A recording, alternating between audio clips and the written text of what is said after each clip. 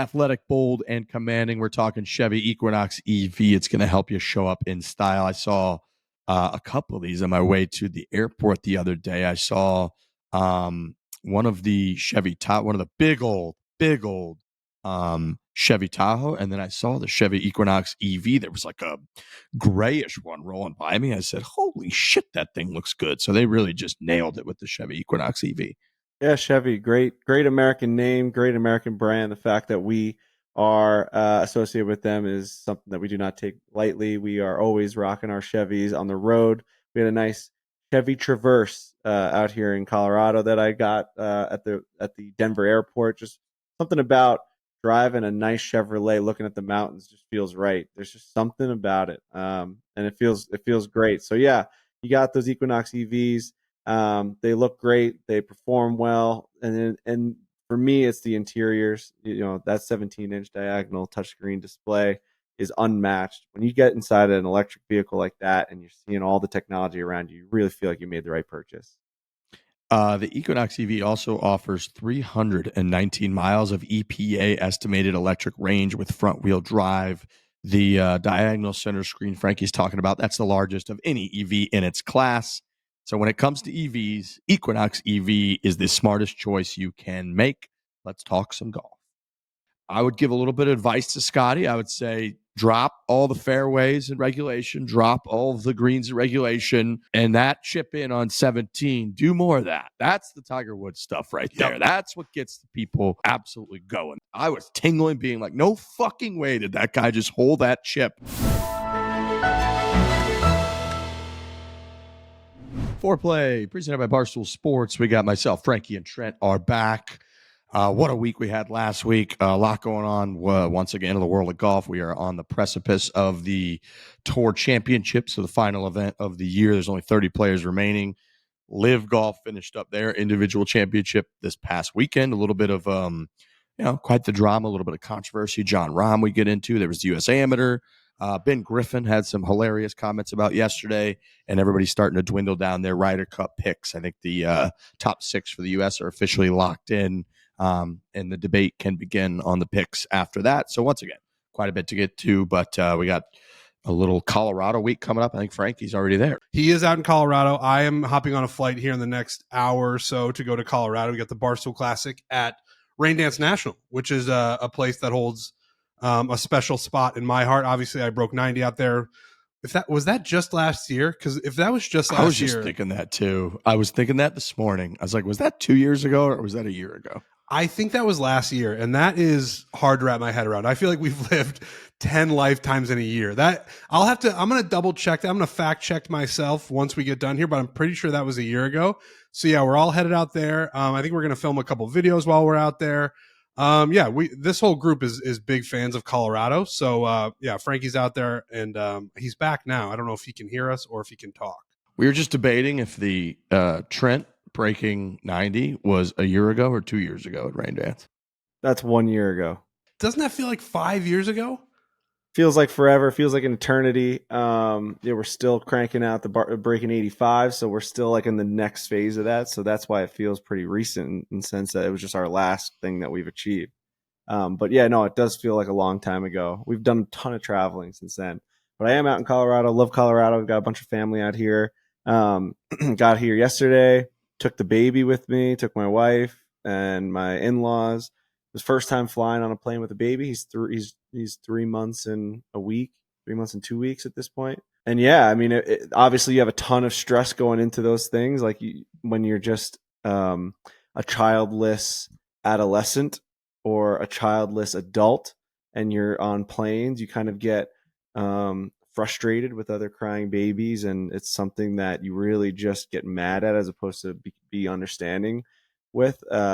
And when you're in the moment or when you're about to go into the moment, you have a ton of anxiety because of all of those accumulated feelings towards babies on planes. So you don't want to be the person that is ruining other people's 3.5, 4 hour flight because you've gotten your flight ruined in the past. Once you're in it, it's just about survival and you really just don't give a fuck. It's like, I don't care about anyone on here, right? Like you just realize, and also you realize that not that many people care at all. They're all just kind of putting their headphones in. Now, I will say Frankie, the fourth, has been an unbelievable baby so far. He just sits there, laughs, smiles, and just is very quiet. And I know that we are extremely blessed and lucky for that. I know that that is not a common thing, especially in the newborn phase. And now in like 3 months, 4 months, I mean, he's sleeping 7 to 8 hours a night. He wakes up happy. We took him onto the plane, gave him a bottle. He slept for 3 hours. He woke up, sat on my lap, laughed. I gave him a little crinkle book. It's a book that crinkles. It makes a little bit of crinkle noise. He thinks it's awesome. He's like, I love that this book makes noise, and I'm going to grab the shit out of it, and I'm going to look at it, and I'm going to wonder why each time I touch it, it makes a crinkle noise. And he did that for like 30 minutes. It's a very light crinkle noise. No one around us knew that he was crinkling this thing. And then we landed, and we put him right into this little stroller that like can go onto the plane. It's a nice light stroller, and we rolled him through the Denver airport. I have the funniest picture of him ever in the middle of one of those trains that take you from like the A terminal to like luggage. He's in the middle of just the rat race. He's just sitting there, and there's 1,000 people around him, and he's just chilling, looking around. So very successful first flight. We're very happy. I'm sure that we'll go through regressions with that as he gets older, and he doesn't just sit there and sleep. You got to keep him active. You got to keep him looking at things on the TV. You got to walk him around. He's not walking, right? So like it's easy, just in your lap. So I know that we're going to take advantage of it now, and I'm sure that there'll be some times where we can't do it. So, but I do love Colorado. It's awesome. Playing some golf tomorrow against the Avalanche, which is going to be fun. We got a rematch against the Avs. Foreplay versus the Avs. We beat them last time. I guess that was 2 years ago, before they went on to win the Cup, I believe it was. Oh, no, it was after they won the Cup. They had just won the Cup. Sure. Yep. And we played Landeskog, Makar, Taves, and JT Comfer. And this time we've got a new addition to the crew, unfortunately, and fortunately for him, I guess, because he got paid, and he's just like a great player and a great friend and a great person. Good guy, plays hard, loves the game. Warwood, Minnesota. Brock Nelson is joining. So we've played Brock Nelson in 2 4-man scrambles now, one with the Islanders and now one with the Avs. It's going to be Brock, Taves, and Gabriel Landeskog at Rain Dance. We got Rain Dance again, so it's going to be fun. It's going to be a lot of fun to get that match done, and can't wait to see the fellas. Yeah, I can't wait to get out there either. Colorado's awesome. As people know, for years now, my parents have lived out there. So I bet it's hot. Is it hot as shit there right now, Frank? It's so hot, dude. It was 90 degrees yesterday, and the sun feels like you're on it. Like you're so close to the sun. So when you walk into a restaurant and you're out in the sun for 10 seconds, you feel like you're burning. Now, is that because you're higher up that you're literally closer to the sun? Is that how that works? I think so. I gotta think that can't be the case, but I don't. What do you mean? You're a mile high compared to like sea level. There has to be. If there's, but I want to say that sun is like 1 billion miles away. I can't imagine being like a few thousand feet higher. It makes it that much hotter. Ryan Richardson, I need you to Google this because it's like it's gotta be, dude. It's dry. There's nothing that's like breaking up you between the sun. You're like up in like part of. See, I think that part of it might be true, like atmospheric stuff, more so than you're just physically closer. But like, I think being closer, you're like atmospherically different. You're like up on a fucking mile high ladder. No, it is not hotter in Denver because it is closer to the sun. While Denver is at higher altitude than many places, the difference in distance from the sun is negligible. The increased warmth felt in Denver is primarily due to lower air density and drier conditions at higher elevations. Okay, so explain to me how that second on some of that doesn't mean that because you're closer to the sun. You're telling me when we're closer to the sun, we have denser air, we have lower air density and drier conditions, but you're saying being closer to the sun doesn't make it hotter? I mean, just not sure that the higher density, like they're saying, and it's what Riggs said, where the difference between the distance when you're going up higher because you're going to Colorado, that doesn't necessarily matter, but the density of the air is lower just when you get higher on Earth, and that has almost nothing to do with the sun. On a dumb guy brain level, I'm with you. I would have thought you get closer to the sun in any way, shape, or form, and it's going to be hotter. So I'm going to take this as a victory, even though it's not what I meant. I genuinely did believe that if you were closer to the sun, like you're closer to touching it, it would be hotter. But I'm going to say that like there has to be a reason why it is hotter here, or why the sun feels stronger here. Like there is a stark difference. I think that's, what is that, UV? Isn't there like a UV level that like we have in Arizona too? And I just don't think, like, I just looked it up and said the average distance from Earth to the sun is about 93 million miles. So I just got to think if you're like 4,000 feet closer, that can't just be way higher. It's like there being a heater on the other side of the state, and you just like take one step closer, and you're like, "Oh, it's definitely warmer right here." Wow, it's hotter. All right, but technically speaking, even if you got to go 1,000 decimals, it's got to be a little bit hotter. Yeah, it just might not be for the reason that the original thought was about. No. The original thought was what? I'm saying on a negligible level, on the most minuscule data that you could possibly find. Technically, it has to be hotter in Denver than on the ground. Has to be. You're closer.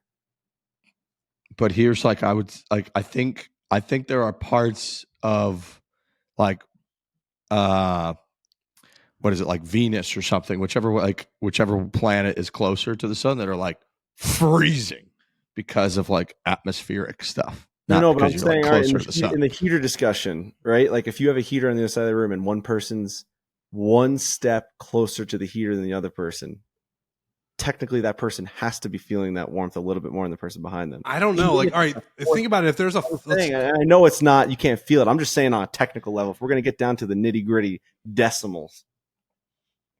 Sure. Yes. You know what I'm saying? Maybe a little bit more, but nothing you're going to feel. All right, I'll take it. But you were saying when you first started this, you were like, it's hot here because we're closer to the sun. Yeah, you're on a fucking mountain, dude. Yeah. That's the one thing about Denver for me is like, I get up there and I'm like, I can't breathe and it's hotter. And I love Denver, but there is a part of me where I'm like a fat guy who can't breathe when I'm sleeping. I can't really breathe there either. We're worried about that with the baby. Like last night, I like rolled over. I'm like, we got to get him like saline and like a humidifier. This kid's only known Earth as like next to the ocean. He has no idea what this planet is. You know what I mean? Like, right, he's a sea level baby. Yeah. Why is my nose dry? Why am I getting? You actually get congestion up here because like your nose just dries up and you can't breathe through it. Trent, by the way, speaking of nose, before we get to Scottie Scheffler dominating the PGA Tour, like, how's your nose doing after that procedure? It's been better. It's doing better. Like, it's improving. I am like talking about this, and I was thinking about this last night. Going to Denver, I'm very interested to see if that messes with it at all. But I am definitely, I mean, when I did that first podcast back, I could barely talk. My nose was cracking. Like, it was a disaster. But now I still do saline rinses a couple of times a day, and some pretty gnarly stuff comes out of there, but it's less and less, certainly less blood.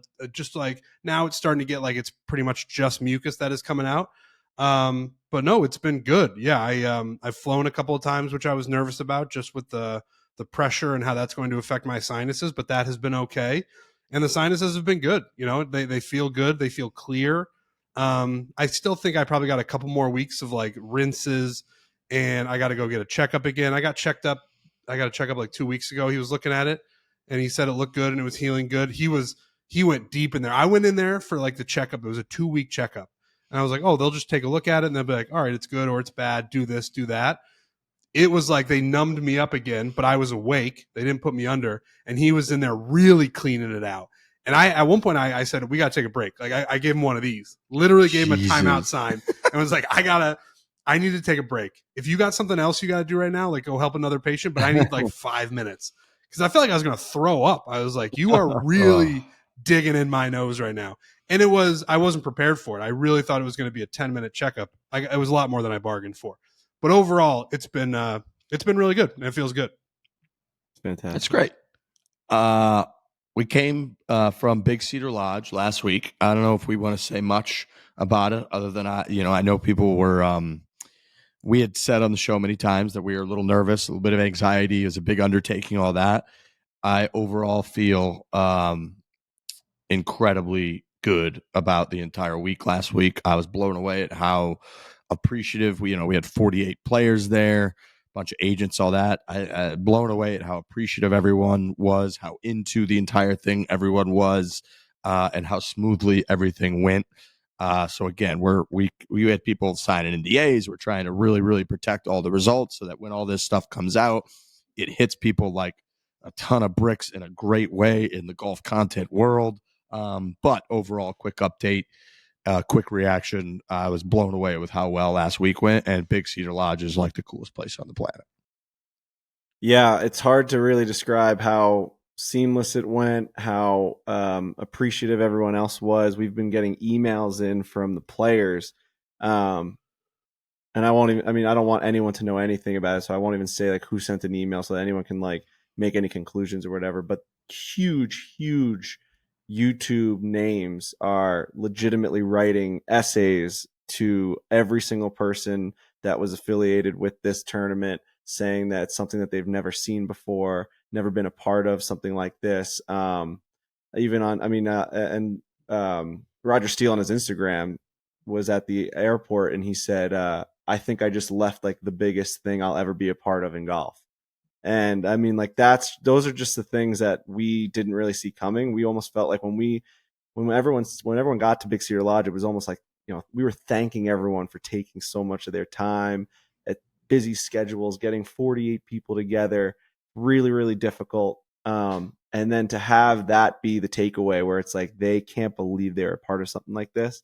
I'm really excited for people to watch it. I think everyone that was there that's in this business, it's our jobs to put out YouTube videos that we think people will watch and that we think will get views. And every single person that we sat with afterwards, all 48 people were like, this is going to be the biggest thing that they've seen. So I really, really think that we nailed it. I think Bob's team nailed it. Big Cedar Lodge, obviously incredible. And Dave for just having this whole vision for this thing and not being in the golf world and like starting this whole, drama and being able to put his money where his mouth is and get it off the ground and actually make it happen. Incredible stuff. So I can't wait. I'm sure the guys are itching to get this thing edited and get out, but it's going to be quite the edit. I know that for a fact.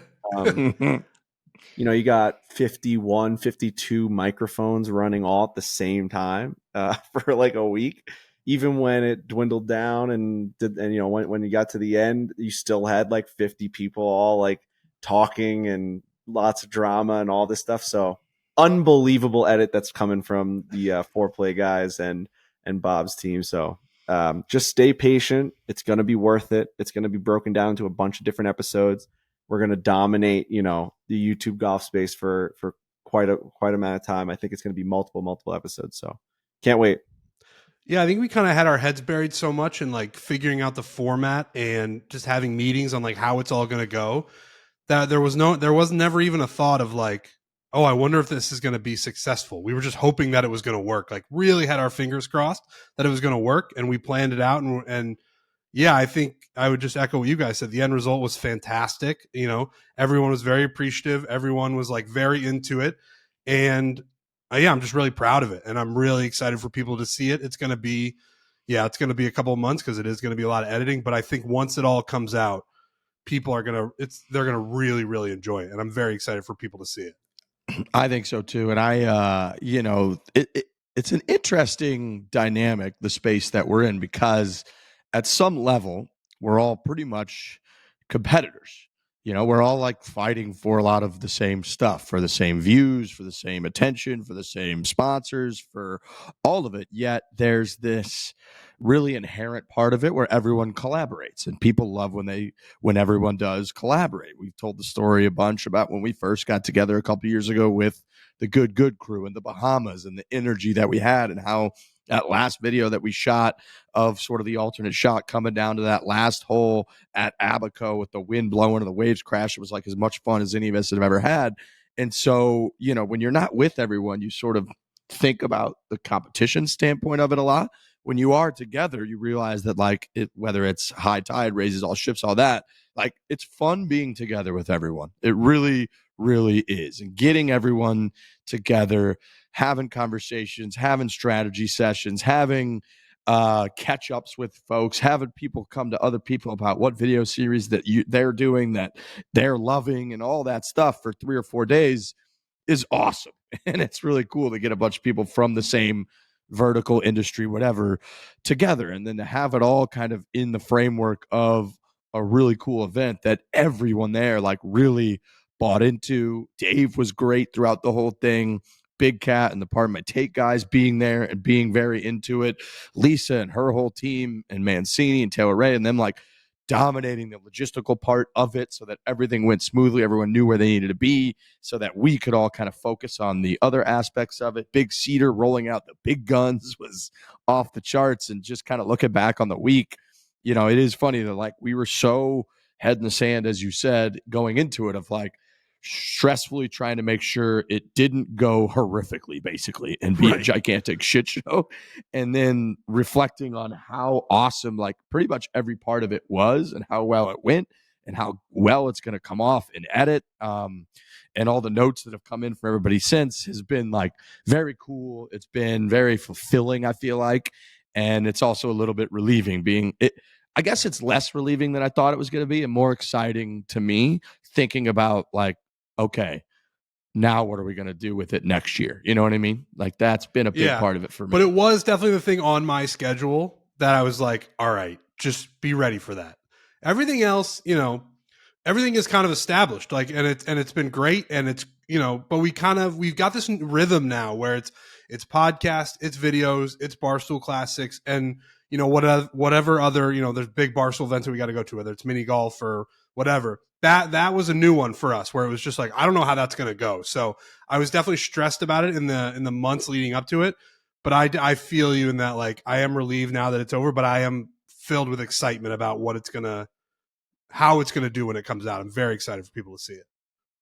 Yeah, and the future is bright with it. As we could tell from just all the feedback, everyone wants to be a part of this thing. So, and I mean, like you said, we had no idea what to expect, and we started the week off with Johnny Morris giving like a speech, who like the founder of Bass Pro Shops, giving a speech that made people like cry. He's like talking about like the beaches of Normandy and like veterans and what being in America feels like, and looking out at sunsets, and we're like looking around like, holy shit, what did we just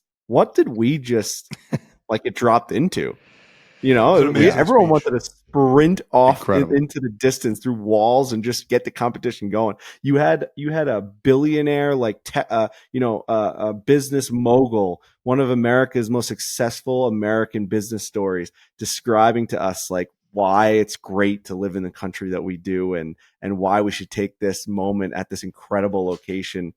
Don't take it for granted. And it was like, holy shit, man. I mean, I teared up. I started the Invitational just like with a tear in my eye. I did not see that coming. So I can't wait. I know we're going to end up teasing the crap out of this thing, and it's going to be, we're going to be dangling it in front of you. Just like the Cypress video, which is coming. We keep getting all these people asking us where the Cypress video is. That video is coming. But you know, it's like, you got to get it done the right way. And that's going to be the biggest thing. You got to edit it the right way. You got a lot of stories to tell. So good luck to the editors, and good for us that we get to watch this. Yeah. If any of the competitors are listening, again, a huge thanks just for like coming, being into it. It's cool. It's very, very cool to create something from nothing and have people truly like care about it and be into it. And everybody was. So massive success, in my opinion, last week. And then now you got to just sit on your hands for a couple months and wait for these guys to edit it, because it was a lot.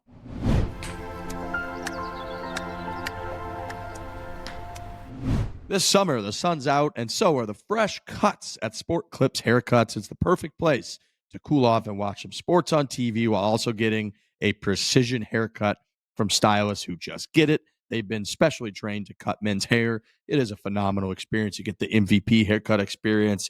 You get they do the warm towel. They also, in the summer only, they'll swap out the classic hot steam towel for a refreshing chilled towel. You can watch a baseball game. We got preseason footballs kicking in. We're going to have preseason hockey before you know it.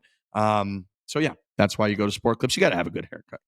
Got to have a good haircut, and then they have the app that lets you know exactly when you have to go in. You don't have to do any of the waiting. That's the biggest part. That's, for me, that is essential for, you know, getting your haircut, because there's way too much time wasted at other places where you're just watching other people get their haircuts, which is not what that's supposed to be. I don't want to go there and watch another person get a haircut. I want to go and get mine. It's a great, great feature. You just check in. It might be 17 minutes. It might be 40 minutes, whatever it is. You know exactly when you're going to be up. You roll in. You just type your little phone number in there on the screen when you walk in, and hit it on the app that you're there.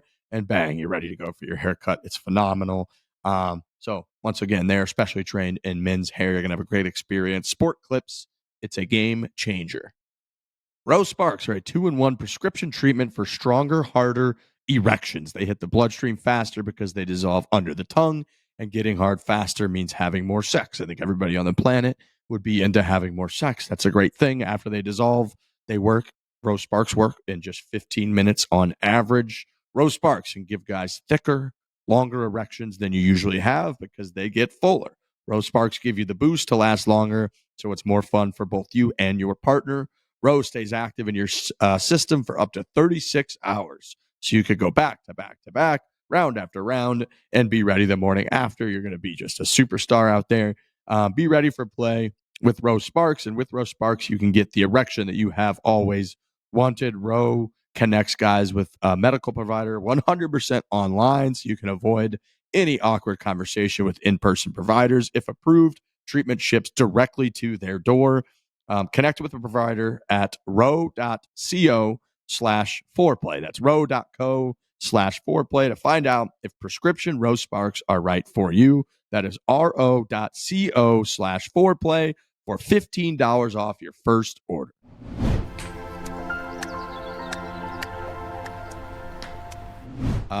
Scottie Scheffler, inevitable. All the words, all the stuff that people are saying are true. It's true once again. I actually just laughed out loud this morning when I pulled up my Instagram and I was scrolling through and I just saw another picture of like Scottie and his family standing on another green with another trophy, taking a picture. It was just a very Twilight Zone type of thing to see.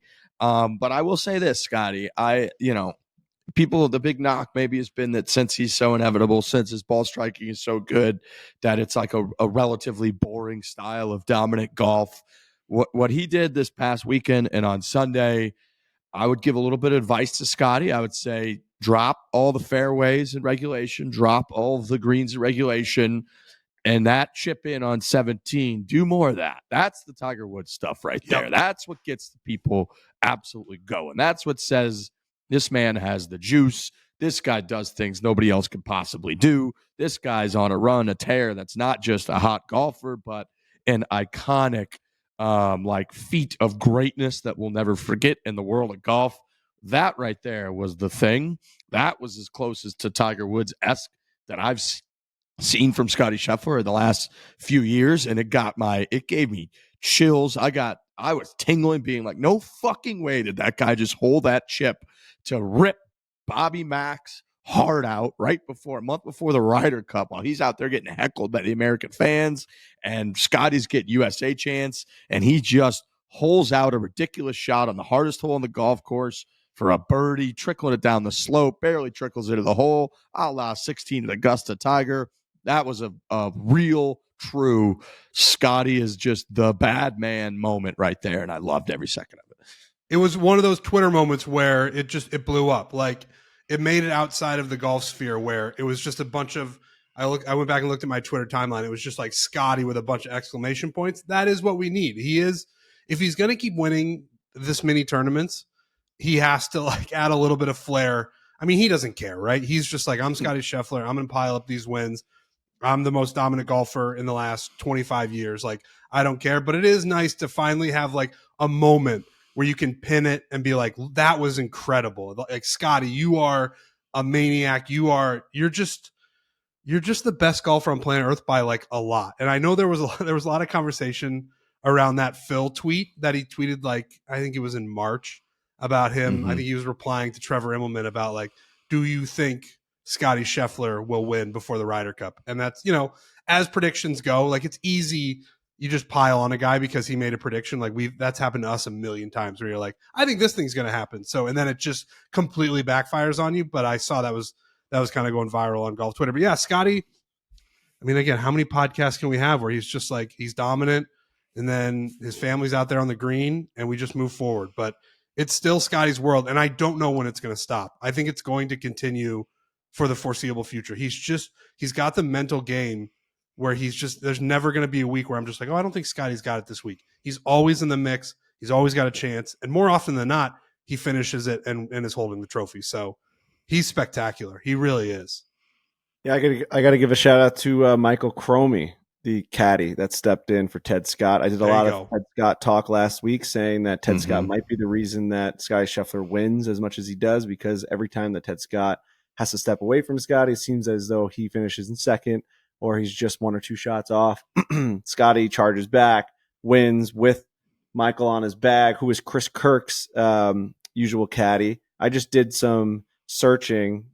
Chris Kirk this year on the money list, $2.9 million earned in 2025. Scottie Scheffler, 4 rounds of golf, $3.5 million. I think they said it's like a $360,000 bonus just for Cromie to just hop on the best golfer of our generation's bag. So shout out to him. Pretty good week to get picked up by Scottie Scheffler. He's just unbelievably impressive what this guy's doing. It's just, it still feels out of nowhere. Like, no matter how, this guy's won like 18 events now, back-to-back years of 5+ PGA Tour wins. It's like you're seeing all these things, all these Tiger Woods comparisons, and it still feels like it's not actually happening. You're like, there's no way Scottie Scheffler is still doing this, and he is. It's the same guy that like we interviewed at Liberty National that like we didn't even know his name. Like, how has that happened? How has this happened so fast? It is like, and I know COVID makes everything feel like it was like yesterday, because like all of this time from 2020 to 2025 feels like 8 months, really. It's like all of it just feels like it's just happened. And he's just become, you can't even wrap your head around how good he's become in this time. It's been like 3 years of just pure dominance. It's been a little over 3 years. It was the 2022 Phoenix Open was his first win. And since then, he's got 18 wins. That is more than Jim Furyk, Curtis Strange, Justin Thomas, Tom Weiskopf, Fred Couples, Corey Pavin. Like, these are names that people know. Like, we've looked at Jim Furyk. Jim Furyk is what, top 5, 6, 7 in career earnings in the history of the PGA Tour, and Scottie Scheffler has already overtaken him with 18 wins. His stats in terms of how dominant he is. I think I saw, maybe it was Brand or somebody was tweeting that he is, in terms of scoring average, only twice in the PGA Tour history have there been a lower scoring average, and it was both Tiger Woods. But even out of the 10, 15 times Tiger Woods had the lowest scoring average on tour, Scottie's is lower than all of them but 2. He's first in strokes gained off the tee, first in strokes gained on approach shot. And then if he does occasionally miss a green, which he never really does, he's 18th in strokes gained around the green, and he's 16th in strokes gained putting. So it's like the rest of his game now is also up there. I mean, he's being top 20 in the world in those other 2 categories for a guy who doesn't even miss greens ever is hilarious. I was curious do you think Scottie Scheffler pays Ted Scott anything this week? Or you think that just like, hey, you had a family issue, you just make 0 this week? I think he gives him something. Right? He has to. I think so. I don't know what that would be or how you would do that, but I know, like, now I believe some caddies and players have a structure where, like Dewey and Kiz used to have, where like Kiz would pay Dewey whatever it was, a couple grand a week, every week, no matter what. I mean, I would assume a guy like Ted Scott's getting like, money up, like a contract where it's like, we're going to get a settled amount of money regardless of how we play, and anything over it, obviously you get, but like, there's a bare minimum that he'll get paid for being I would assume that that's how someone like Ted Scott would set up his contract with a player, because he's such a sought after caddy and such a successful one. I could be wrong, but like, we always had those thoughts about Joey LaCava with Tiger. Like, he was only playing like 3 events a year. Like, of course, Joey LaCava is one of the best caddies of all time, was like getting some sort of contract where it's like, no matter what happens, we're getting this amount of money. And if we reach that, then yeah, we can go even further. I mean, I do probably think that he's getting paid this week, but maybe just not off this specific win, right? Like, you got to give it to the guy that was on your bag. He battled with you. He did all the prep work. He did all the work. That's his paycheck for that week, regardless of who got him there. The playoffs is a little interesting, right? Because Ted Scott did get Scottie to that position. So like the only reason that Cromie would have had that position to be there to make 360 grand is because Ted Scott got his guy there. So maybe there's some sort of deal placed out. But the one thing I'm interested in is if Ted Scott's not back for the Tour Championship, I mean, this guy, Michael Cromie, I mean, I think the caddies win like over $1 million when your guy wins the Tour Championship, right? Because it's like a $10 million payout. I think it's higher now. What higher? is the payout like for 20 million? Scottie? I don't know. It It's might a be. lot. You also I know the that first is 40. I just don't know what the winner gets. But you're talking like this guy could play a couple weeks with this Scottie fella, and he could walk away with like $1.3 million, $1.4 million. The It winner is of the 10 million. 2025 FedEx Cup and Tour Championship will receive $10 million in official prize money. The total pool for the top 30 players for the Tour Championship is $40 million. Didn't Patrick Cantlay win like 20-something million dollars for winning one tournament once? I thought so. I mean, what John Rahm won $18 million yesterday through LIV. I think I saw that, which is like, And he didn't win a tournament. didn't win the tournament. Yeah, That's like Outrageous. you got to think that Ted Scott and Scottie are still talking, right? Like I know that Ted Scott's not there, but there's probably some communication of like, this is what's going on. Like I would imagine he's involved in the week in some way. It's not just like, unless I don't know, again, I don't know fully what's going on, but like he might just be like, I got to go do this thing and I can't even talk. But I would imagine there's some sort of communication, but I don't know. The longevity thing, when it comes to all the Tiger comparisons, I get that people, they'll put out like, oh, Scottie's been number one for like 100-something weeks. Tiger was number one for like 650 weeks. You would have to be number one between now and the end of like 2036 to even be close. And then they, again, all the wins. And it's like, well, Tiger had like 30 wins at this point or 40 wins at this point. He's got 18. The one thing that I do think people don't are sleeping on a little bit with the comparisons is the longevity factor. Like Scottie, I believe, is 28 years old, 29 years old, and 29 years old and going at a ridiculous clip over the last 3 years.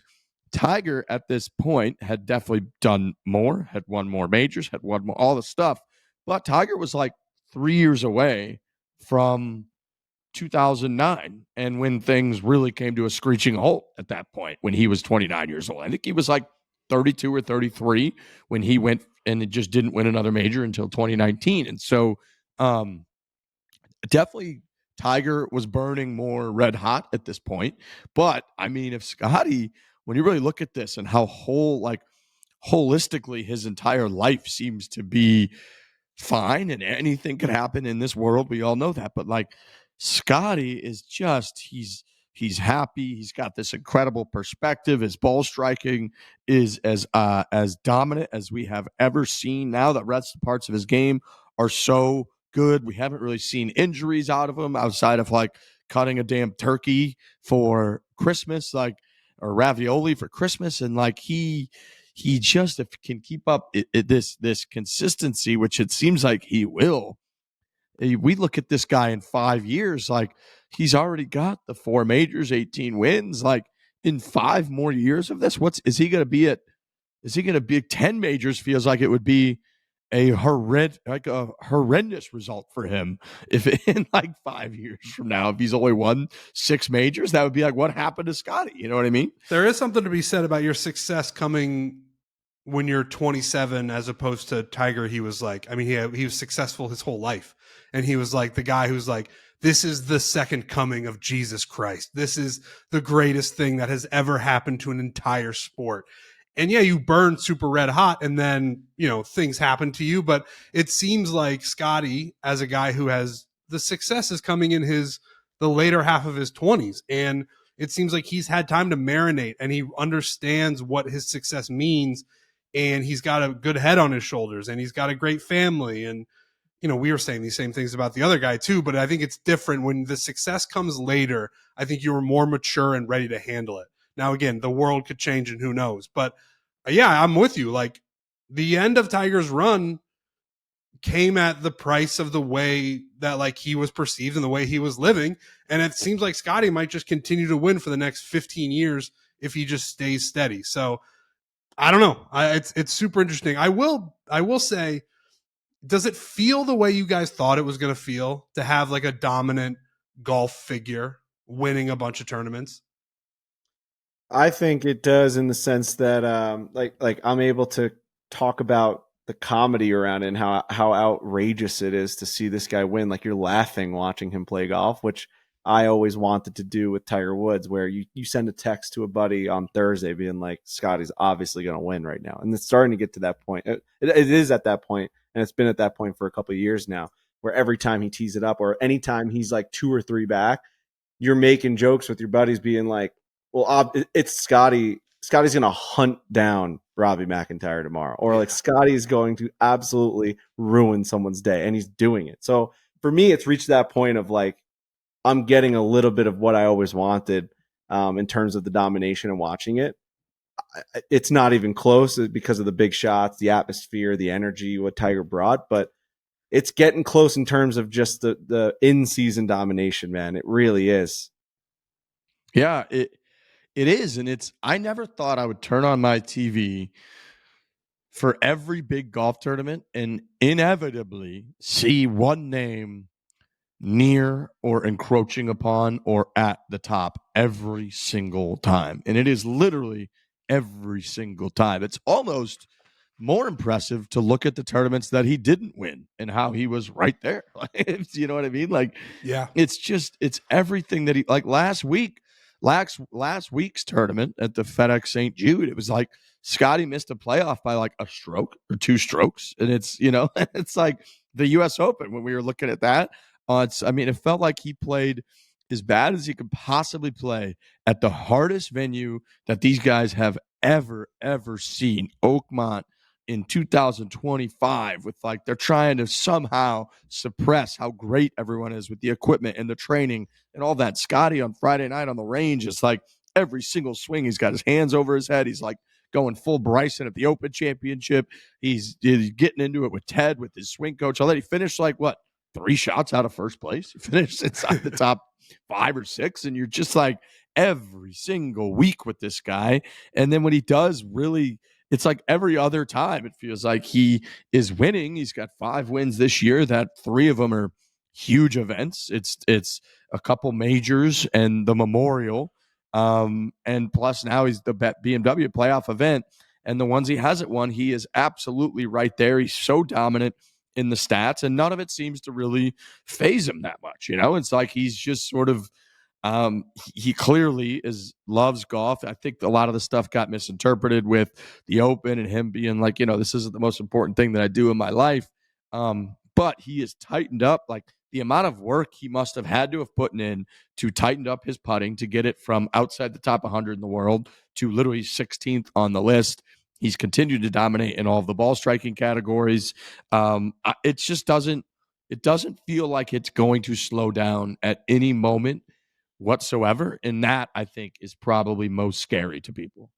Well, I think people keep saying is the way that he swings and his knees and all of like the action that he has, like how will that hold up? But you can't really place any, actual there's no reason to think that a guy's knees are going to just like collapse. You know what I mean? Like, that's not going to happen. Like, he's just going to stay healthy, I would assume. Like, I'm going to bet on Scottie Scheffler to just stay healthy, and like he knows how he feels, and even if things start to go and he needs to change certain things, just like Tiger did. Tiger changed his swing like 15 times based off of like body changes. I mean, the guy literally kept doing that as his career evolved and as his body evolved. So I'm sure all these athletes go through all these different things, but that's really the only thing that I've seen people say could slow him down, because his ball striking is so perfect.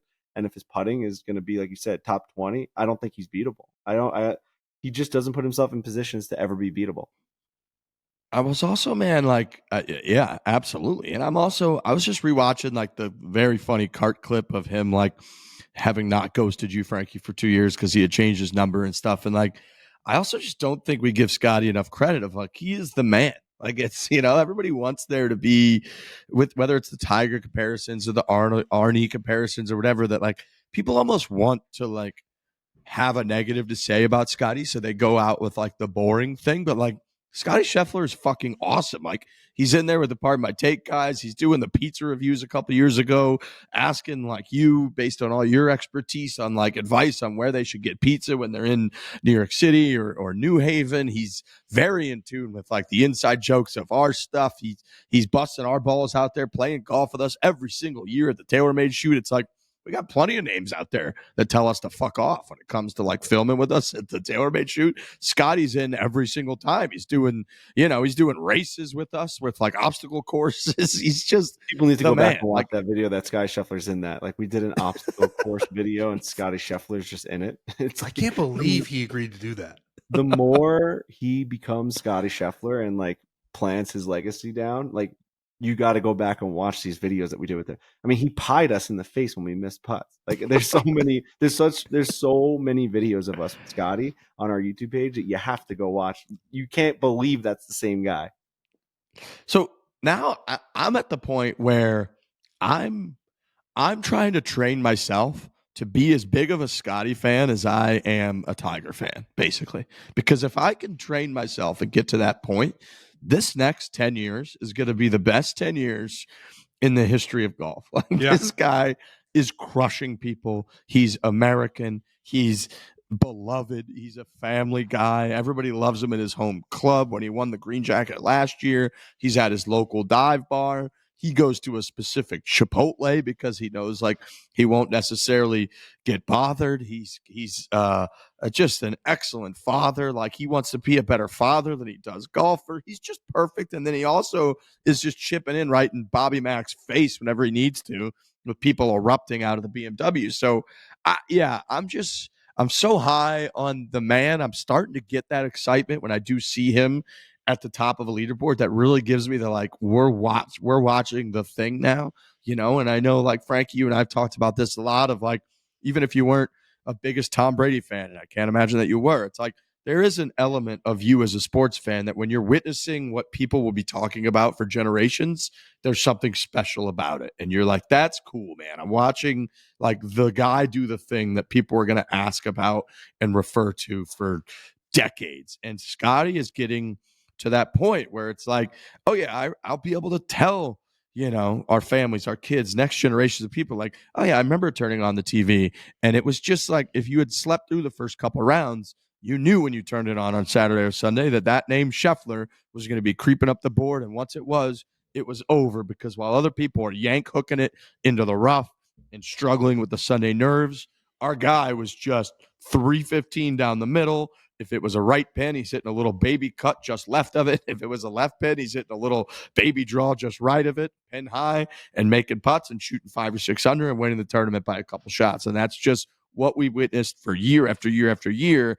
And it's happening. We're watching it happen. And I'm starting to really get that feeling of like, this is fucking awesome that we're watching a man do something that is so impossible to do.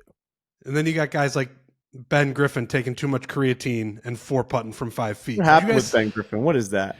So I almost want to play the clip because it's good. I sent this clip to our boy Ryan. This is one of my favorite clips I've ever seen. Ben Griffin, big friend of the program. One of my favorite interviews we did this whole year. He came out and he 4-putted and went triple, double, bogey and still shot 69, I believe. And this was his answer when he was asked about what the hell happened out there. Ben, you were 6 over through 3 holes, finished 1 under. What the heck happened? Yeah, it's kind of an interesting story. So I take creatine as a supplement, and this morning I didn't take it until I basically teed off on 1, and I was at the end of my batch, and I had this like basically a snowball of creatine. So it'd been in my bucket for probably like a month. And I like broke it up and put it in my water bottle, whatever. Like, I'm all good. Like, I've taken creatine on the golf course before, it's fine. But I started taking it after my second shot, and I accidentally swallowed like one of the big rocks kind of that was in my water bottle. And I've never overdosed on creatine before, but I think I did in the moment because I didn't really drink any water after that. I basically just inhaled like a snowball. And so I started getting like super shaky. And I've never felt like this before, and I literally felt like I had tremors. and I 4-putted one, and then on 2 I like was freaking out and didn't know what to do, and I like hit it so far out of bounds, and then like luckily my caddy stepped in and like made me chug a whole water and like honestly like try to calm down a little bit, and then I hit the other one in play, and then I was fine. I ended up making a double on that hole, and I bogeyed the next hole. Honestly, it was probably more just like a little bit flustered, but I was fine honestly after the second shot on 2. And then I felt good, and so I went about my day and got it back to under par. The reason I laugh at that story is because it just made me think about like John Daly. Like, you know, when that era was going on, it was like, this guy, he's gambling, he's drinking, you know, a fifth of Jack every night, and he's going out there and playing. And now this new generation is just like, I drank too much creatine and I 4-putted the first hole. It just made me laugh. Like a guy like Ben Griffin just being like, I think I might have overdosed on creatine and I 4-putted. It was really, what a scene. That top comment on that video was like, the old 8-ball of creatine. Yeah, right. It's just like, man, this, you know, things have changed a little bit, but have you guys ever taken creatine? I never have. No. Do I look like a guy's taking creatine? Well, you look like Ben Griffin. I wouldn't have said Ben Griffin is taking creatine either. I mean, no, I know like the Joe Rogans of the world love creatine. People say it's like, yeah, it gets your body going. It's like, yeah, great for working out, I guess. And people love creatine as a supplement, but no, I don't take it. Maybe I will. Maybe I'll start taking it if Ben Griffin's taking it. But that is so, the jitters, I mean, I could see where it's coming from, where you just get this like rush where you're not used to it, and to be inside the ropes out there hitting golf shots, pressure, you know, it definitely just starts to magnify. I was wondering if that like is within the rules of golf to be able to do something like that, right? Because like in most professional sports, you can't even take an Advil during like play. If you took an Advil during hockey and they drug tested you, I'm pretty sure that they would say that you're not going by the rules. So I was surprised by that. I guess creatine is just like approved. I was a little surprised that you could take something that can alter your state that much and that's like allowed, right? Yeah, right. Because like in theory, if he's taking this creatine and it got him to that point where he's like a little too jittery, he's blasting him out of bounds, if you could like dial that in to where it would like have you hitting it just like better, you know what I mean? Like in theory. There's a way or something. So I was a little surprised by that too. Like, how could there be something allowed that you could take that could fuck up your state so much that he's 4-putting and hitting shots out of bounds for like 30 minutes? I always wondered about the drug like testing in golf and what the guidelines are and rules are for it, because it's a sport. It's a very interesting sport. Like some people get better when they're fucked up. Like they get better when they're high and they drink, and it's like it's a sport surrounded by social drinking, and like I don't know, it's an interesting one to me. You see like guys drinking whatever Phil drinks. He drinks his like CBD coffee, and then Tiger had that gum that he started chewing on. Like there's just seems like there's no rules, and there obviously is. There's got to be, right? There's got to be some sort of doping rules that you can't break. But remember when guys were getting like banned or suspended for like smoking weed? They were like going into the porta potties and like smoking weed during their rounds. Well, the thing is, the PGA Tour is also they don't tell anybody anything. So like when guys would get in trouble, they don't tell you what it is, which drives me crazy. Just it's sport, it's entertainment. If somebody's getting knocked for doping or an illegal drug, the boys want to know about it. Let me know about it. I know. What are you, the Olympics? Like I don't understand. Like just let us know who's doing what. I remember, didn't DJ allegedly get banned for a while, but he said he was stepping away and there was some weirdness around that. Like, I just want to know when guys get knocked for substance stuff. So do I. It's annoying that they don't reveal any of that. And yeah, it's bizarre because I remember like with all the performance enhancement stuff, they are pretty strict. Like I remember Vijay Singh, remember he got suspended years ago, probably over a decade ago, for like deer antler spray when he was like using that stuff for recovery, and they ended up detecting that. He ended up getting suspended for that. So it is weird, like with recovery stuff and PED type stuff, they're pretty strict. But I do Like, are you allowed to just be boozing out there in the course if you wanted to? That was my next question. If you wanted to just crack a beer or, drink, a cocktail, are you allowed to do that? My gut says no. You're allowed Here to you drink go. alcohol during. You're not. No, PGA Tour professionals are generally not allowed to drink alcohol during competitive rounds. While the PGA Tour has no specific rule prohibiting alcohol consumption, it is considered conduct unbecoming of a professional and could lead to penalties. All right, so that's not PGA Tour players. That's actually not no. It's That's the not no no. is don't get drunk and like be an asshole and like be acting crazy. But there's no rule that says you cannot drink alcohol during a PGA Tour round. Yeah, while there isn't a specific rule, violations of the conduct unbecoming a professional standard could result in penalties, fines, or even suspension. There have been rare instances of players drinking during a round, but these are often isolated incidents and not a common practice. It was funny when Riggs was first reading that, he was doing like the you ever see that fucking Mike The Francesa? yeah. Can we please pull that up? Can we Is it please Francesa pull- when he's going through, he's counting how many bowl games there are? Yes. He's counting. Just on live radio, he's just 1, 2, 3. He's like, there's so many bowl games. 4. Francesa mumbling through like stats video. 3. But you're right, Frankie. I mean, people claim that they get better when they drink, and I'm sure that's not. There's probably some truth to that. The sport golf is so weird, and we talk about it in every facet of the game. But the fact that we all play the same sport as the professionals, we don't go out and like wear baseball uniforms and play at Yankee Stadium, but we can go play Right. Bethpage Black where they're going to play the Ryder Cup, and like I can go out there and have a drink while I'm doing it, and it's actually like encouraged. They have cart girls and they've got halfway houses, and it's like the whole I guess just I don't know, just the whole world of golf is built around that social Culture hang, of it, for social- sure. Yeah, the culture, yeah. That's the word I was looking for. But the whole culture of golf is built around that. And you get to the professional setting and like it's the same place, it's the same golf courses, same type of game. It's like, I don't know, why wouldn't they be allowed to go drink out there? And I'm sure that they do. I'm sure guys like sneak a couple ones out there because that is like a nerve. It helps with nerves. I'd be surprised if guys weren't doing it.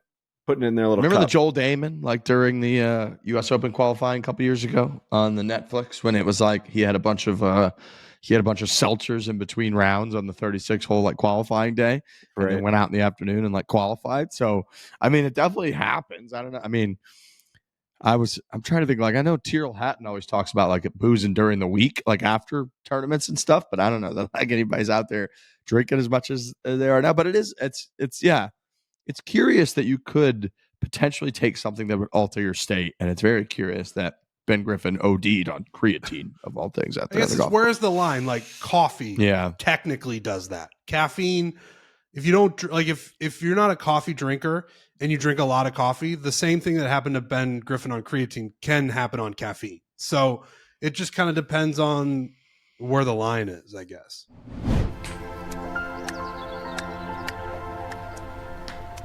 There's nothing like getting to a baseball game, especially last minute. Lucky for me, I always use Game Time, the official ticketing partner of Barstool Sports. We've also got preseason football coming up. I'm looking Saturday, August 23rd, which is this weekend at 7 p.m. We got the Raiders coming to the Arizona Cardinals on Game Time, $27. Go watch a little bit of football in person. Game Time makes getting tickets faster and easier. Prices on the app actually go down. They go down the closer it gets to showtime. You can put those savings that you're going to make from Game Time back in your pocket. Maybe get a hot dog. Maybe get yourself a beverage at the park. What are you waiting for? I'm going to go to an Arizona Cardinals preseason football game with these tickets now on Game Time. We got Chris Brown's coming to Chase Field in September. We got the Guardians of the Diamondbacks. That's actually tonight. I'm looking $16. You can get tickets. Go to a baseball game. So Game Time is the spot to go. Take the guesswork out of buying tickets with Game Time. You download the Game Time app, create an account, and use the code FORE, F-O-R-E, for $20 off your first purchase. Terms apply. Again, create an account and redeem code FORE, F-O-R-E, for $20 off. Download the Game Time app today. What time is it? Game Time. This episode is brought to you by Body Armor Flash IV. Look, I've been on the road pretty much the entire month. I think I went July 22nd until August 16th without being home. So when you're just nonstop on the go or outside a lot, you're in different climates, you got to somehow try to stay hydrated.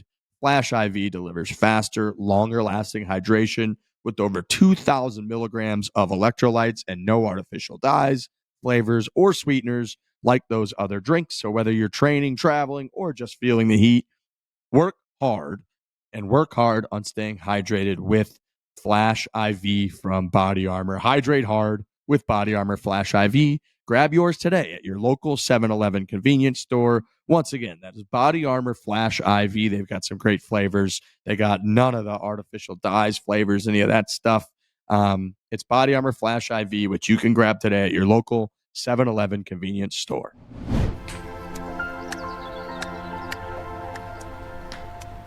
We mentioned earlier a little bit, but John Rahm loses in a playoff in Indianapolis in the individual championship final event on LIV, ends up winning the entire individual title for the year, despite the fact that Joaquin Niemann won 5 times on LIV throughout the year. This payout was $18 million. He, in the playoff yesterday, had a very unfortunate break. He had a sick wedge on the playoff hole, landed, took one hop, hit the pin, took all the spin and threw it like 15, 20 feet away, ends up not winning the playoff. Otherwise, it looked like he was a very good spot to make a birdie, but regardless, ends up winning the entire thing with 0 wins on the year, which a lot of people are calling quite ridiculous. A couple other things on that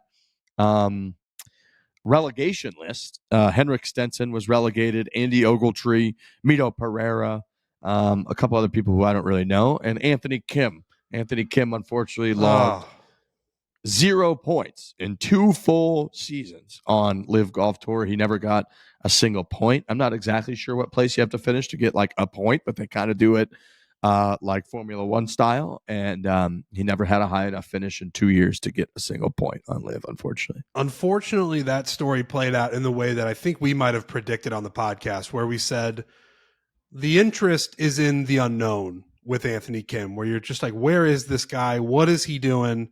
Oh, like, where's he been? Like, what's the deal with Anthony Kim? And the interest is like, I just don't know what's going on with that guy. Then to come back, the only way that becomes a huge story is if it's like, oh my God, this guy is still incredible at the game of golf. Look at him. He like, this is what we've been missing the last 10 years. And unfortunately, he got 0 points in 2 full seasons. And it's just sort of, it was kind of what we thought it was going to be, where it's like, yeah, you haven't played professional golf in 10 years. Of course you're not going to be that good. So yeah, the Anthony Kim story is not one that is like particularly awesome. Yeah, I mean, you can go back and listen to our podcast when he got signed, and I said some outrageous stuff. I'm like, we were fired up for sure. This guy could be the biggest thing in golf. This is huge to make the comeback, because yeah, he was this, Bigfoot Sasquatch type of character where people didn't even know if he was still alive, if he was still the best golfer, if he was still had all this hype around him. You'd heard all these stories of him partying and then going out and maybe playing in Vegas and still being like the player that he used to be, but he's just like was a distant figure. And then you see him pop up and you're like, whoa, that's fucking Anthony Kim now. And then he just like sucks. So yeah, I mean, it's just an unfortunate situation for Anthony Kim. And I was excited for him, and I'm sure he would say that he sucked over the last couple of years and just not making it happen. And it's unfortunate. So maybe he makes his way back, maybe he finds his game, but I'm sure he got paid and he did what he wanted to do. And he, it was worthy of a comeback for him, and good for him in that sense. Yeah, of all the LIV numbers, because there were a lot of them when people were jumping over, I would love to know that number that he got. I think it was pretty high for like pretty bad return on investment. But like, what do you think? Like what's your gut for the number? I bet you they threw Anthony Kim like $50 million. 50? Yeah. I was thinking to come 15. back and play golf, dude. That first week, the hype around that, man. Dude, I don't know. They're giving some random ass guys. For sure. No, listen, that's the whole thing with LIV is there's some thought behind it on like what to give to who, but the numbers are so inflated, you just can't ever predict it. Dude, it could be 5 or it could be $50 million. Yeah. I have no clue. How much they gave that man.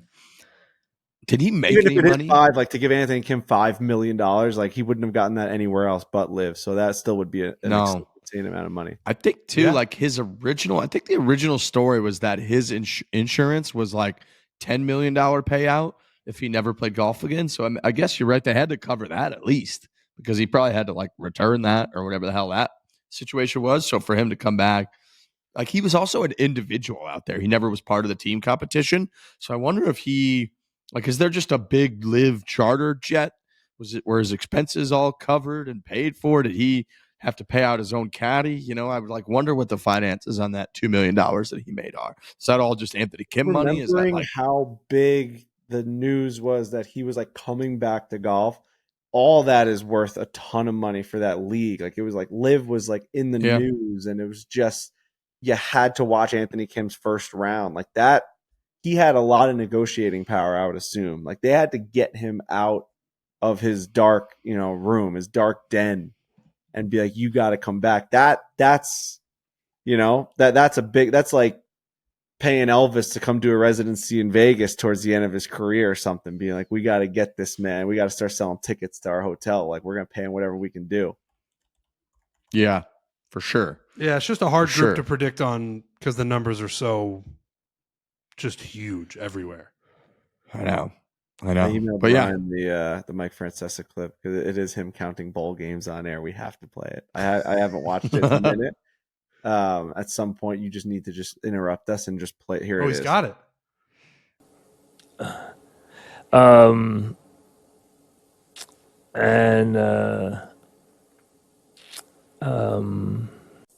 So there's a lot of early games too. There's a lot of bowl games. There are. You know how many bowl games there are? I mean, it is amazing how many there are now. 1, 2, 3, 4, 5, 6, 7, 8, 9, 10, 11, 12, 13, 14, 15, 16, 17, 18, 19, 20, 21, 22, 23, 24, 25, 26, 27, 28, 28, 29, 30, 31, 32, 33, 34, 35, 36, 37, This is the radio. 38, 39, 40, 41. Counting the two playoffs, 41. If you count the championship game, 42. 42. That's a lot of games. That is a lot of games, That Mike. is a I lot agree of with you, That man. is a lot of games. That's a ton. Mike, that's a ton of bowl games. Just having a guy count to 42 live on the radio is pretty incredible. Wow. That's funny as hell. All right. Also, kind of involving LIV Golf, we've got the.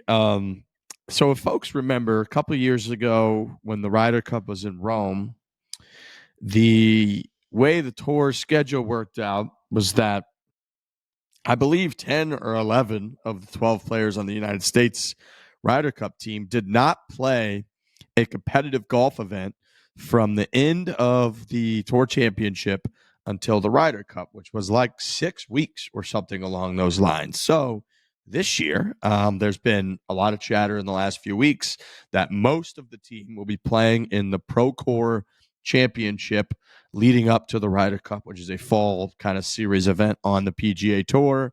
I think, again, most players that are going to be on that team have agreed to play in that event.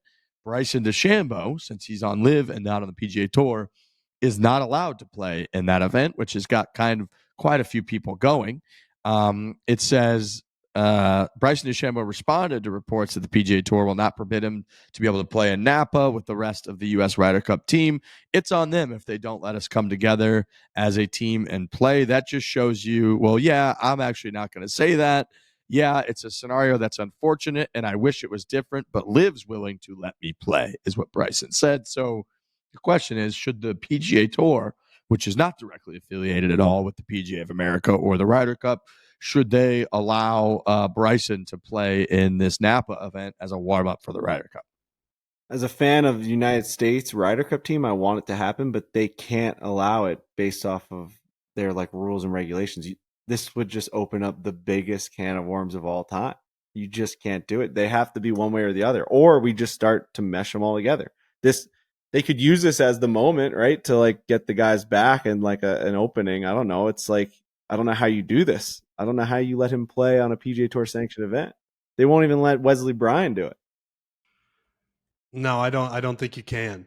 I want it. I want Team USA to be as cohesive and together as possible. So, do I wish that he could play in the event? Yeah, but yeah, the precedent that it sets, I just don't know if everyone is prepared for that moment yet.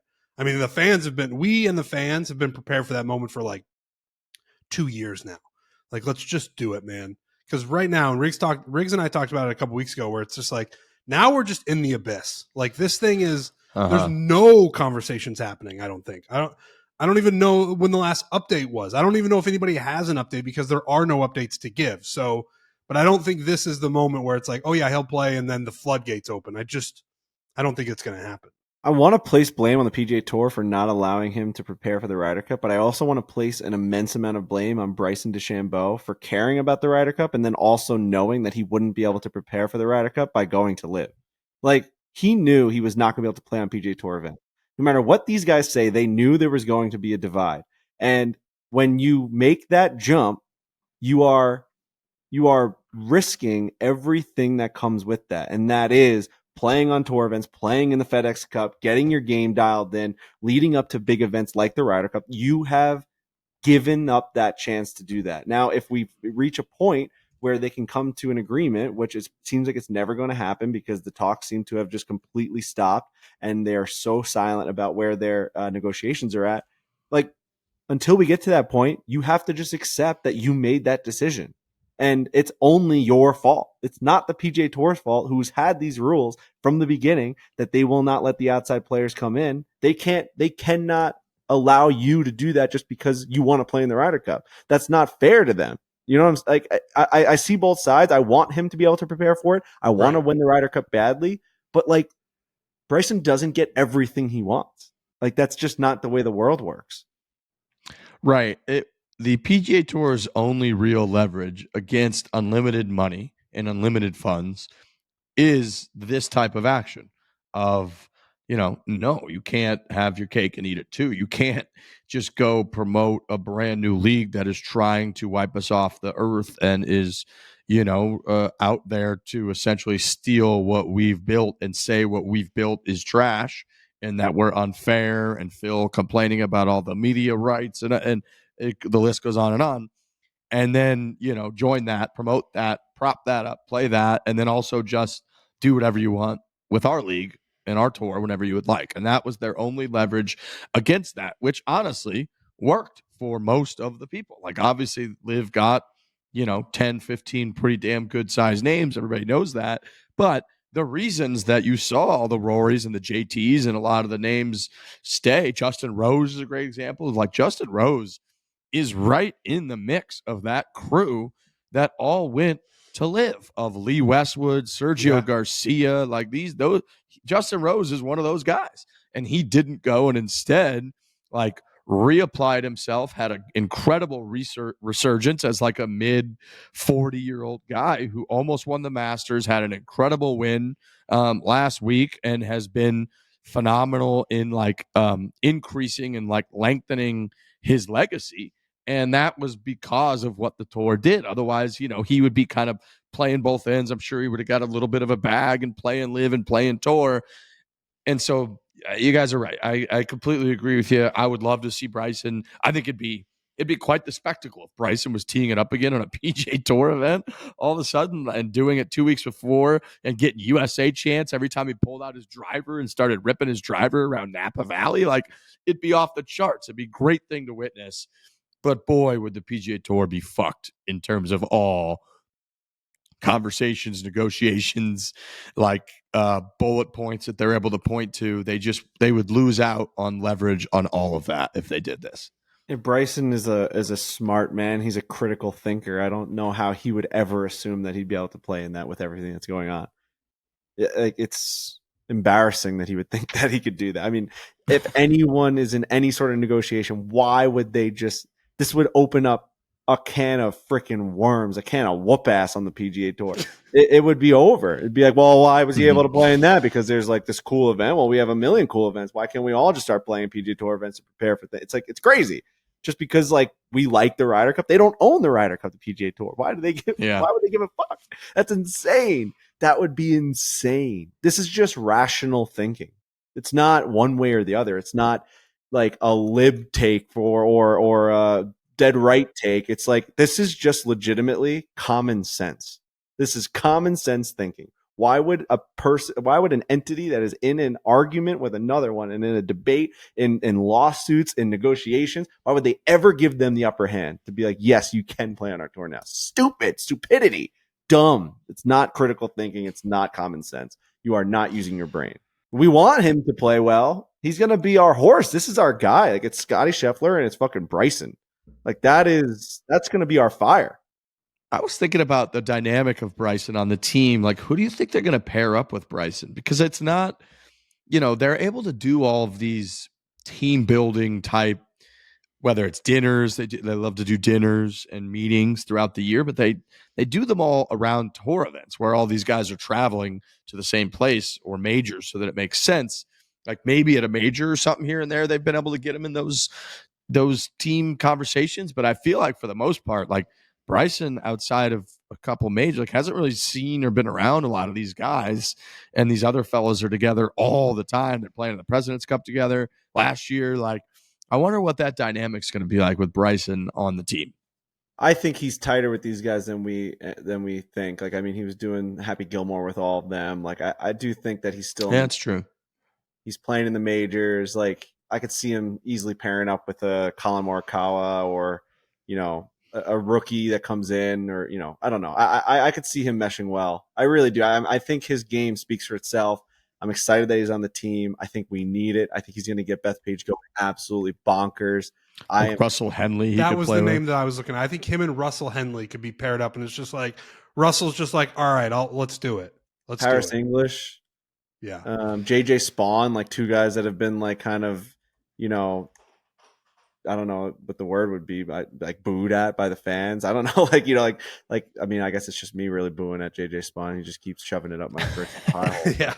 I think people like JJ Spawn. Yeah, I think a lot of people like JJ Spawn. There's a lot of guys that you can, dude, like a Chris Goddard makes this team, who also made the top 30. Shout out to Chris Goddard. This guy is making a real run at this thing, guys. Oh, and another one. Chris Goddard's making a real run at this by making it to the top 30. Sam Burns. You can go back and listen to me saying that Sam Burns was going to make a run during the FedEx Cup. He was going to be one of those names that was going to make it. He was going to make a name for himself. He really is. Can we pull up Sam Burns' finishes over the last 2 or 3 weeks here in the playoffs? I think Scottie Scheffler is so dominant and influential that Sam Burns will 100% be on that team now, in my opinion. He nearly won the Canadian Open. Is that when he was in that playoff, which wasn't that long ago? And it's like his best friend out there is Scottie Scheffler. He had a good run this last week. He's a fantastic putter. He's maybe the best putter, or one of the best putters in the world. And I just think Scottie Scheffler, like, I can't imagine that if Keegan Bradley and the captaincy crew, Kiz is on that crew as a vice captain. Who else? Brant Snedeker, I think, is on that crew. When they're chit-chatting with guys and Scottie Scheffler, right, there's like a pool of, I was looking up, there's about 5 guys for 2 spots is kind of what it looks like. Yeah. And when they're chit-chatting and Scottie Scheffler is like, when I go to war at Bethpage Black against Europe, who's had our number over the last 20 years, I, of all people, really want Sam Burns next to me, that they're like, the data says not. I just don't see that happening. And also, you're talking about a T7 at the U.S. Open at Oakmont, which is like a really, really comparable type of golf course to Bethpage. I know it's not structurally, but it's a big ballpark, American golf course. You got to drive golf really well. It's just like Augusta. Yeah, exactly. Just like how Scottish golf is just like Augusta. And then he gets into the playoffs, and at the FedEx St. Jude, T28, and then last week, T4. So it's that trending forward, finding himself in the Tour Championship. This is the kind of guy that you wanted to keep going. Chris Goddard, another name, like, goes out there, plays really well in Scotland, makes a big name for himself, makes it into the Tour Championship. These are the types of names that you need. You can't have people tapering off. You need surges. We need a wave. We need a hurricane. We need a hurricane of waves hitting these freaking walls of Europe right now. That's what we got to bring at them. We can't have anyone that's just like playing okay. We want the best. Just like hockey. Give me a hot team in the playoffs. Don't give me the best. Give me a hot team. you're talking about 3 days. Like it's not this like long season where you're like, no, they can maybe get it together. We're talking about 3 days at the Ryder Cup. Give me Like, Ben just Griffin. Yeah. Keep them off the creatine. Maybe Bryson, pair them up, get the right creatine levels, and they can dominate. I know we did the way too early like a month ago, and this is wise because Sam Burns was not on my team then. Sam Burns is absolutely on my team now. I would probably say no to Cam Young. I would probably say no to Captain Keegan. I would probably say no to Maverick McNeely. And I think I would go with like Sam Burns and Chris Goddard is kind of what I think I would go with right now. I love it. I love it. I know. I think that's a great. Yep. Yes. Do it, Frankie. I love that. Frankie's got a chain on right now. Yeah, he's like Chris Goddard. He's got his chain on. Dude. Sick. Jersey. That thing's awesome, dude. Isn't this? We'll see you. Score a touchdown for Coach Prime. That's right. How sick is this? That thing's fire. Chris Goddard's got to be on this team, and that's no disrespect to the people that he'd be leapfrogging over, but I think that Bethpage Black calls for a story like that. And I go through the list, and the names don't get me rock hard. There's a couple names on there that feels like one of our weaker named lists. We're going with a lot of players that are playing well, which I just said we need. But I need that. Chris Goddard right now is that name. He's like that fucking, come on now. Give me Goddard up at Bethpage. It's his moment. Throw him in the fire. These are my 6 captain's picks, gentlemen. Here we go. Okay. Justin Thomas, Patrick Cantlay, Colin Morikawa, Ben Griffin, Sam Burns, and Chris Goddard. Those are my 6 right there for my captain's picks. Those six would then, of course, join. It is Scottie Scheffler, Russell Henley, Harris English, Bryson DeChambeau, Xander Schauffele, and JJ Spawn. So you're out on Captain Keegan officially for playing. As of right now, we'll see what happens, of course, this weekend. But I think, same thing we kind of said last week, I think that if he's a bubble pick, I think that he might be in a spot where another captain would clearly have picked him. But I don't think he's in a spot where he could pick himself unless it's really obvious. And I think that ever since the Travelers Championship, I don't think he's done himself any favors, and I just don't think he himself is going to make that decision. I think if he wasn't captain, he would be one of those other 2 picks for me for sure. Yeah. I think if he made it into the top 6 and automatically qualified, obviously it would have been a different story. He is not going to be playing in the Ryder Cup. I think it's 100% that he will just be captaining. He will not be playing. I think that's what it's, unless he like wins the tour championship. I just think he's going to prove. Yeah, he's proven to himself that there's guys out there that are playing a little bit better right now. I know he got the win, but you can't do it. It's really hard. We haven't spoken about the Rory comment either, right? That happened while over the weekend. Yep. And he said that he just doesn't see how it's possible. He said that there's just no way that you could be a playing captain in the Ryder Cup. I think he was playing a little bit of like sportsmanship there with that comment. Wouldn't you want Keegan to be a playing captain? It's like as hard as it can. Like you're adding more stress to the other team. Like, yeah, go ahead. You want to make them think about it. I think you're trying to just make them think about like. I think so too. I think you're just fucking with his head a little bit. I want to say, as a Team USA guy, I'm more comfortable with him just being a captain. Correct. Yeah. Yes. You need your captain firing on all cylinders, dude. That is a huge role. It really, really, really is. Getting all that stuff right. The amount of, dude, when we had Molinari on here, Eduardo Molinari on here, that all the stuff that goes into the pairings and the course and all of it is so unbelievably important that like we need our captain sharp as fuck out there. I also think Keegan has a real presence. So if he can buzz around and like hit different matches and just sort of be standing there, that is important. If he's playing in matches, he obviously can't do that. So I think his intensity, being able to spread that out around the golf course as opposed to just one match that he's in, I think is going to be really important. Yeah, I agree. So I don't think he's I don't think he's going to be on the team. I think if it were me, I would be looking at Sam Burns and Chris Gotterup right now for those last two spots. And then I think the other four, I know I kind of mentioned it, but I think the other four, JT, Colin Morikawa, Patrick Cantlay, and Ben Griffin. I mean, I'm not going to say Ben Griffin's as big of a lock as the other three, but I think he is. He's played so solid all year. He's proven in like big moments to be solid and not like completely back down from the occasion. The win that he did get, which was in, what was it, Colonial, where he was like, Scottie Scheffler was on that damn leaderboard coming down the stretch, and he like got it done, took him down, and then the next week at the Memorial finished like second going into battle with Scottie Scheffler. So I just think Ben Griffin with this creatine and the overdosing and the whole deal, I think he's going to make that squad. I like our squad. I really do. I really, really do. I do too. Yeah. I think it's going to be good. Europe's good though. Europe's fucking good. Though, which is a mess. It's just they're just a problem you just can't hide from, dude. They've got a team over there on Europe that's having quite the year as well. Yeah, it's going to be a daunting task, but hopefully the home crowd can really rally some big moments and put the pressure on. That's the other thing too. Like Europe really does well, it feels like, as a team. So when you're on the road like that, you can kind of band together as brothers and like battle down and, really battle your way through a lot of that adversity. But pressure does a lot to these people. And if the crowds are all just like really, really on top of it and making them feel it, some guys are going to grip those clubs a little bit too tight. You got to hope that the home course advantage is going to come, into play. That's what you got to hope for, because Europe does have the better team on paper, I think.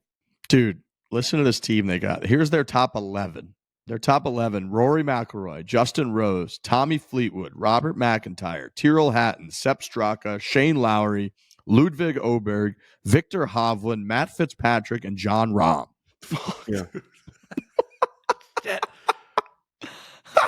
Sepp is ours, but that's crazy. I wish Sepp was on our team, but that's an insane pretty team. Damn good team too. You throw out you just said a lot of good names for USA too. No, it's the cream of the crop for sure. It's just those names, something about them. I don't know, man.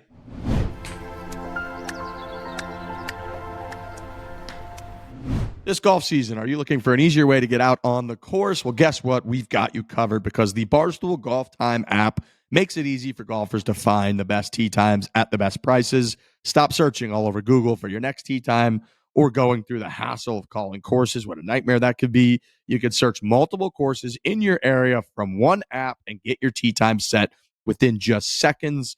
We've got a review feature on there. So the Barstool Golf Time app, we curated this thing to be the perfect golf app.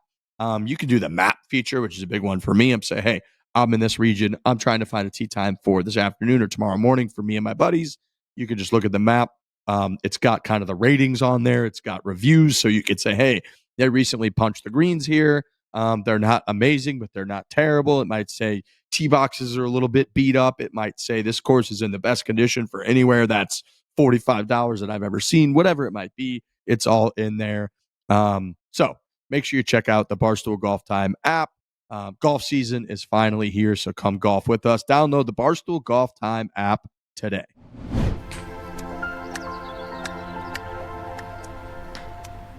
Last thing I got on my list here, Frankie, is just a shout out to the U.S. Amateur Championship.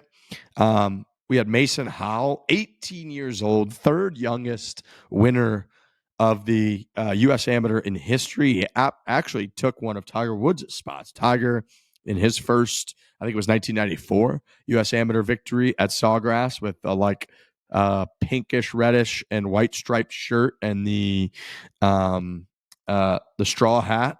He was unseated as third youngest winner in the history of the event. Just an absolute dominating performance yesterday. Won 7-6 in the final 36-hole match. Leading up to that match, there's a lot of crazy weather and whatnot at Olympic. It is San Francisco, the Bay Area. You get all kinds of wild stuff. So the course, great work by them getting that course, keeping that course playable. It looks so hard. I think 3 over par got into like a playoff to make it into match play. That's how difficult it played. I saw a couple of our names were like many over par, people that we are friends with. And that makes sense because we went out there. I think I shot like a 92 when we went out there and filmed from, the blue tees or whatever it was. And the other guys, we were all pretty similar. Very difficult, very difficult golf course, but had a lot of really good drama throughout the match play. John Daly Jr. made a run. I think he made it all the way to the quarterfinals. And then there was the Scottish guy. I can't remember his full name. He had a really cool name, who was going nuts with his whole crowd when he won, I think, a quarterfinal match to get into the semis. So, yeah, just a lot of cool drama at the USA Miles Amateur. Russell made a little run.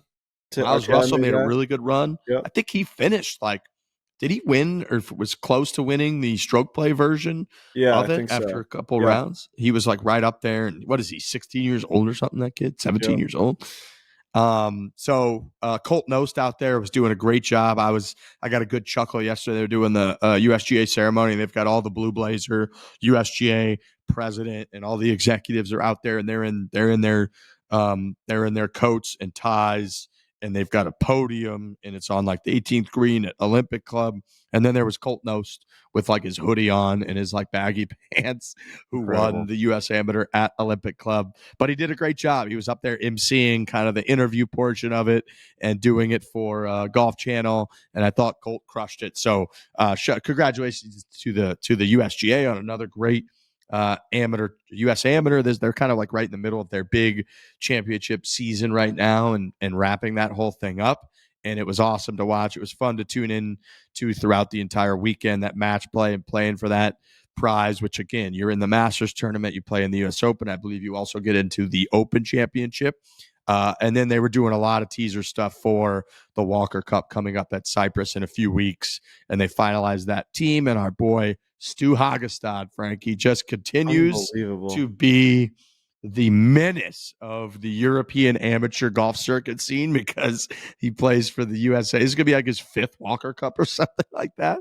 And friend of the program, I was texting with him over the last few weeks about a couple different things. So I'd love to get him on leading up to that Walker Cup, but that's kind of next on the circuit. But yeah, great US Amateur and a completely dominant performance by an 18-year-old over the weekend. Yeah, just so impressive, and it just shows you where the game is at now. And as you look at the history, there are other guys, back in time that played at an early age, but to play at this distance with how good youth golf scene is now, because of how big golf is and how many athletes are now choosing golf to be their best sport. And it's such a, that's a singular, like all they care about is golf now. They're not multi-sport athletes.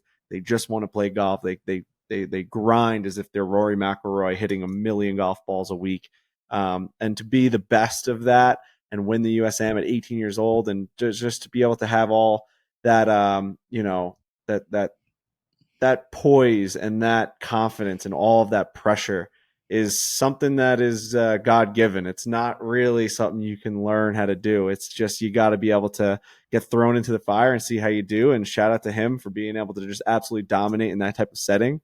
Obviously a bright future ahead. And yeah, a lot of our guys, I know the guy from Colonial, Dean, he just like never could get it going. And you look at his, I didn't get to watch him obviously, but like the scorecard, you could just see like a couple doubles in a row and then a great string of pars, and you think that that's going to be enough. And then like you turn the page to the back nine, and it just never stops at Olympic. It's like it never lets up. And then, double bogey is always one bad swing away. Triple bogey's in play at all moments. The rough was so thick, and the weather was the air was thick there too. You could see it was just, they were playing in fog. And it was a hell of an event. USGA always puts on a great event. The footage out there looked incredible. So can't wait for the Walker Cup. Can't wait for Cyprus. Exciting couple weeks ahead. Dude, the air is thick there because I saw one of the they were like coming down the stretch on that 17th hole par 5, and like one of the guys had like 232 in, and he hit driver off the deck. And I'm watching these guys that I mean, there's guys we play with at the Internet Invitational who are hitting like 5-iron from 232 and a lot of shots. And I know they can usually do that too. They're the best amateurs in the world. They're ripping at the ball. And so that just tells you the ball in some of that weather, when you get the right conditions out there, the ball goes nowhere. Wildly thick rough. Everything is side sloped. It's just a really hard US Open type venue, and they had it set up really hard. The greens were fast. So awesome event to watch. Just championship golf at like the highest level. And so yeah, great week out there in San Francisco. Congrats to Mason Howell, who's now on that Walker Cup team as well. All right, Frankie, I think that's all I had on my list. You got anything else? That's about it. I'm excited to spend a day here in Colorado. Got some stuff to do, going to some stores. I did a fun little place yesterday when we landed. We went to this place called like Beat the Bomb or something. It was one of those escape rooms, and it was like it was a really cool escape room where it was like super interactive. It was like all these different like video game things almost, where like they had 8 different screens, and you and the 6 people that we were with, like they would give you a code. It was like Alpha Omega 6 on this, and you had to look on the screen, and everything was touch screen. You had to work together to get out of the room. Then you go to the next room, and there was a bunch of these like smoke came down. There was a bunch of these lasers that went across the room, and you had to kind of legit like break into a bank. It was like one of the coolest things I've ever done. At the end, you have to try and like defuse this bomb, and if you don't, you just get like paint splattered on you at like 100 miles an hour. You're wearing these like bomb outfits. It was crazy. It was a crazy day. It was built for like kids. I had like the time of my life. So shout out to that place in some random part of Denver. Did you get out of there? Did you win? We actually did defuse the bomb, and we chose to get hit with the paint for the video. Amazing. Yeah, amazing. But yeah, I got nothing Unreal. else. I'm excited for the week out here. All right, I'm excited to get out there too. So I will see your ass in Colorado. Let's get a W. I'm gonna have my St. Louis Blues gear ready to go. Right. All right. God, that's a great call. I don't even know if I brought my Islander hat. That would be great for Brock too. God, I might have to pick one up today. All right. Thanks everybody for listening. Thanks to our sponsors. Thanks to Ryan Richardson on the 1s and 2s. We'll be back on Thursday. Hit it hard. Hit it hard.